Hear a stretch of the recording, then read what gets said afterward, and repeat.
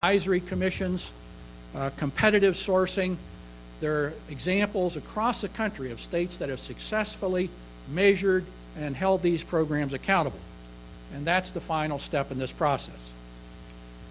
Well, what's the problem in Montana? As I say, the problem in Montana is unconstrained growth of spending, and that reflects a traditional approach to budgeting that frankly does not work. It does not constrain government. And in Montana, I've written a paper which I think contrasts Montana's approach to budgeting with South Carolina, Mark Sanford's approach. And I've identified what I perceive to be fatal flaws in your budget. The first one is a lack of transparency and accountability. And today you're going to be talking about different approaches to try to improve transparency and accountability in your budget. But let me point out what I think is the most important problem here. And that is that when you look at your budget in Montana, of course, most people focus on the general fund budget. And you have a tax and spending limit that is supposed to constrain the general fund budget. Well, if you just look at general fund spending, it looks like Montana is pretty prudent. General fund revenue and spending has been increasing at 5% or less. In fact, at a lower rate, at a rate that's below your tax and spending limit, so you haven't triggered your tax and spending limit. So many people point to that and they say, well, Montana is doing a great job there. It's pursuing prudent policy. You want to look at total outlays. Total outlays. And when you look at the total outlays in Montana, you get a quite different picture. In fact, what you observe is that in 2006, total outlays increased 15.7%. They're projected to increase at double-digit rates in 2007 and 2008. What you observe in your budget is that a growing share of the budget is off budget. By that I mean it doesn't show up in the general fund budget. It's off in other trust fund budgets and things that don't show up in the general fund. But it sure shows up when you look at total outlays. 20% of your total spending now is off budget. It's not held to the limit of your tax and spending limits. It's probably not subject to the same type of scrutiny as your general fund spending. You need to focus on total spending, and that's where you find this unconstrained growth in spending. Another flaw that I've identified in the Montana budget is called annualization. Annualization. The problem here is if you have one-time monies, you don't want to use that one-time money to fund ongoing programs. Because if you do, you're going to create a structural deficit. And that's precisely what's happened in Montana. And in this fiscal year, for example, the 2009 biennium budget, the legislature appropriated almost $500 million for one-time expenditures. $500 million in one-time expenditures. Now, the problem is, when you take a look at how that money is spent, if it's one-time monies, of course, that money's not going to be available next year and the following year. The problem is that you're spending that money for ongoing programs. For example, $24 million in one-time only expenditures for human services. Well, that includes low-income energy assistance, aging services, behavioral health facilities, family planning services, grants in county health hazards. These are ongoing programs. And you can't fund ongoing programs with one-time money.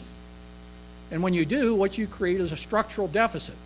The following year, then oh my God, we're spending $500 million, and these are really good programs. Well, perhaps we need to raise taxes. Perhaps we need to find more money so we can keep these programs going. This gives you unconstrained growth in spending. And this shows up particularly in a recession. In the last recession, it's estimated that Montana had a $150 million structural deficit because of this problem. Increasing spending, you hit a recession with a revenue shortfall, now you have a problem. Another flaw that I observe, and I've observed this in many state budgets, is the problem of unfunded liabilities. Unfunded liabilities. Standard & Poor's estimates that unfunded liabilities in state and local government pension plans and in health benefits for public employees is now almost $2 trillion in unfunded liabilities.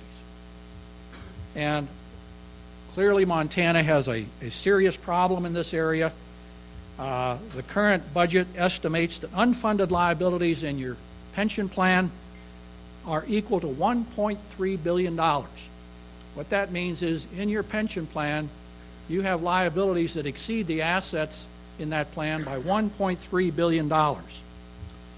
Now, the legislature has proposed some minor changes in the pension plan to try to address this problem. That will not solve the problem. In fact, what your legislature has proposed is a Band-Aid that will not seriously address the problem.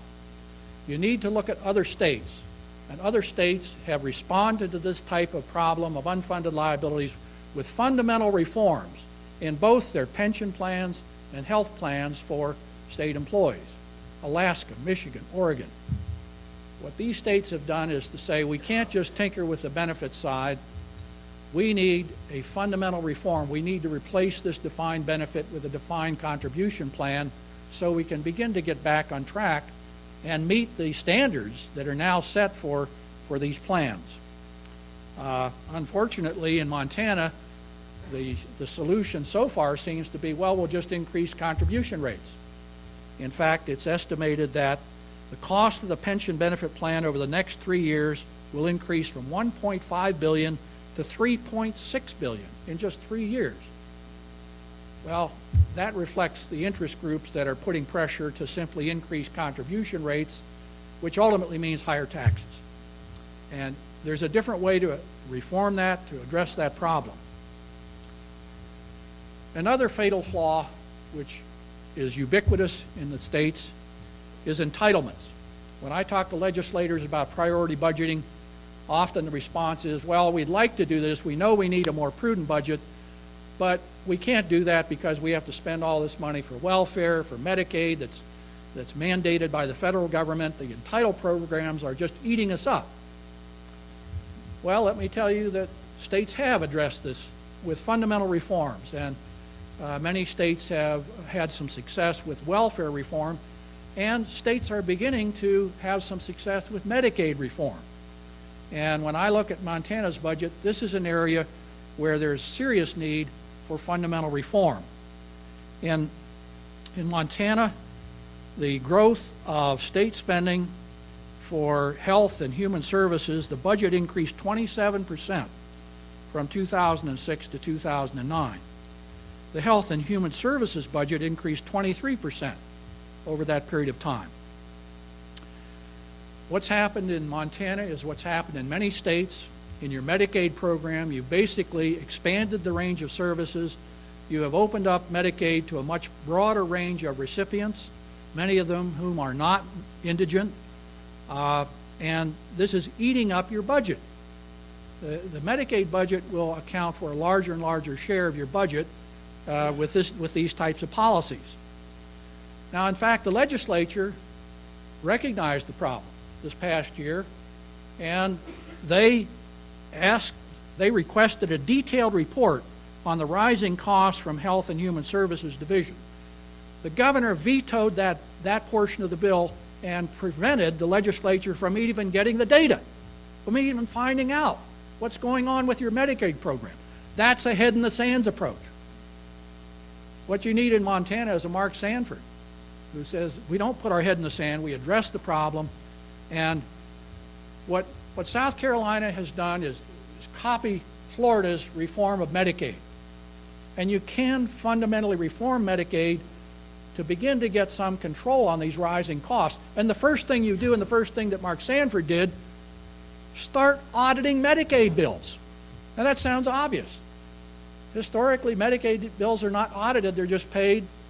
And 1 out of every 3 Medicaid bills is fraudulent.